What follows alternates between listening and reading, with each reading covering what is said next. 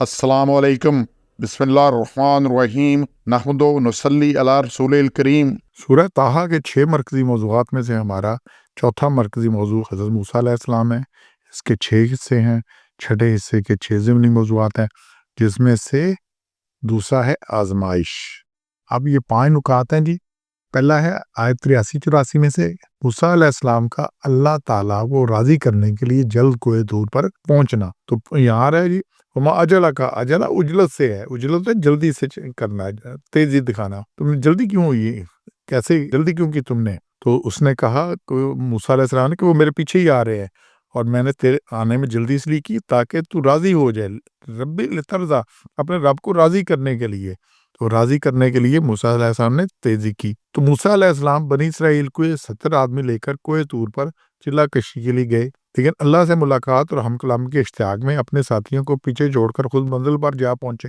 جلدی جلدی چل رہے تھے، تو قوم پیچھے پیچھے لوگ جو 70 تھے آ رہے تھے۔ یہاں پہ اللہ نے موسیٰ علیہ السلام سے پوچھا تم نے آنے میں جلدی کیوں کی؟ اس پر موقع پر اللہ نے دیدار الہی کی درخواست کی۔ اچھا، یہ اللہ کے کو راضی کرنے کے لیے اجرت کرنی چاہیے، اللہ کو راضی کرنے کے لیے اجرت کرنی چاہیے، سبقت لے جانا چاہیے۔ اب مسجد میں آپ نماز پڑھے نا، تو آپ دیکھیں جب سلام پھیرتے ہیں تو کتنی صفیں ہیں جو کہ کھڑی ہیں پیچھے۔ تو ٹھیک ہے، آگے نماز بڑا اچھا کیا، بڑی مہربانی ہے ان کی، لیکن بات کیا ہے کہ تیزی نہیں ہے، اجرت نہیں ہے، جلدی نہیں ہے، اس کا فکر نہیں ہے، وہ پڑھ لی لیٹ آ گئے، جیسا جیسا کچھ ہو گیا۔ تو اس میں تو سبقت لے کے جانی ہے، کیا کرنا ہے؟ سبقت، تیزی دکھانی ہے۔ یہ سورہ واقعہ ہے 56 نمبر، اس میں دیکھیں 7 نمبر آیت سے آگے بات چل رہی ہے کہ وہاں 3 گروہ ہو جائیں گے جب قیامت آئے گی اس وقت۔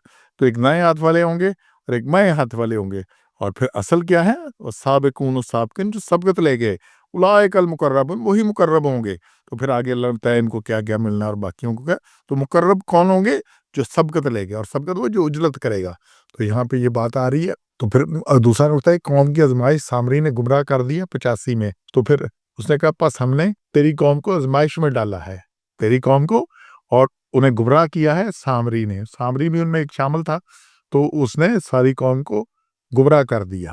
تو اللہ نے قوم کے شرک میں ملوث ہونے کی اطلاع موسیٰ علیہ السلام کو کوہ طور پر ہی دے دی تھی کہ قوم نے پیچھے یہ حال کیا۔ اب ابھی نکل گئے ہیں، فرعون سے نجات ملی ہے، سامنے فرعون غرق ہوا ہے، آگے آگے ہیں۔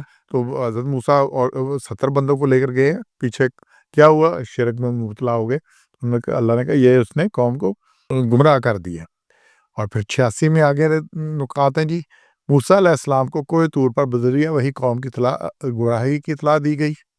موسیٰ علیہ السلام کا غصے اور افسوس کے ساتھ قوم کے پاس واپس لوٹنا، اور قوم سے اس وعدہ خلافی پر سخت پاس پرس اور جواب طلبی کی۔ آگے 86 دیکھیں، پس موسیٰ اپنی قوم طرف لوٹے، فرجا رجا رجت سے ہے، رجت تو واپس آنا، اس لیے جو مذہبی باتوں کہتے ہیں رجت پسند باتیں، یہ پیچھے جانا چاہتی ہیں۔ یہ کہتے ہیں 1400 سال پہلے کا سسٹم ہونا چاہیے، یہ آگے ترقی نہیں کرنا چاہتی، رجت واپسی، اور سب نے واپس جانا اللہ کے پاس۔ اور پھر کیا ہوا؟ غصے میں بھرے، کیسے ہے؟ غضبان آصفہ، سخت غصے میں بھرے ہوئے۔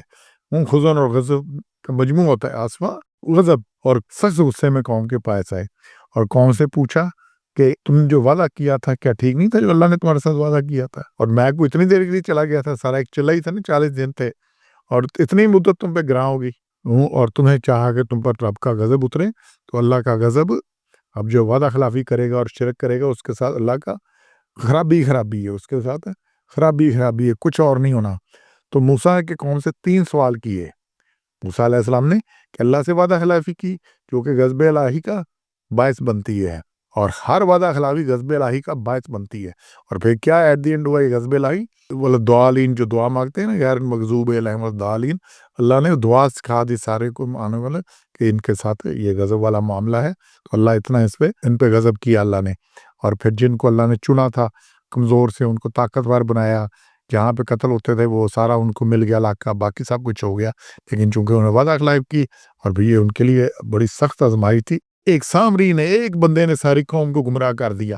اصل میں کیا ہوتا ہے کہ پہلے ہی برے ہوتے ہیں، جب موقع ملتا ہی اس کی طرف، وگرنہ پوری قوم تھی اس کو پکڑ لیتی، بے تم کیا کر رہے ہو، کیا نہیں کر رہے۔ لیکن جب ساتھ شامل ہوں بندے، دل کر رہا ہو، تو جیسے ہی موقع ملتا ہے پہلی فرصت میں بندہ اس کی طرف چلتا ہے، اور یہ شیطان اس کو سکھاتا ہے کہ بھی یہ اور شرک سب سے پہلے لاتا ہے، کیونکہ پتہ ہے شرک جس نے کیا اس نے بچنا نہیں۔ تو یہ آزمائش سے بچنا ہے، ہم نے بھی بچنا ہے۔ تو ہر قسم کے شرک، ہر قسم کی خرابی سے بچنا ہے، وگرنہ انجام اسی طرح ہی ہونا ہے۔ سبحان ربک رب العزت عما یصفون وسلام علی المرسلین والحمد للہ رب العالمین۔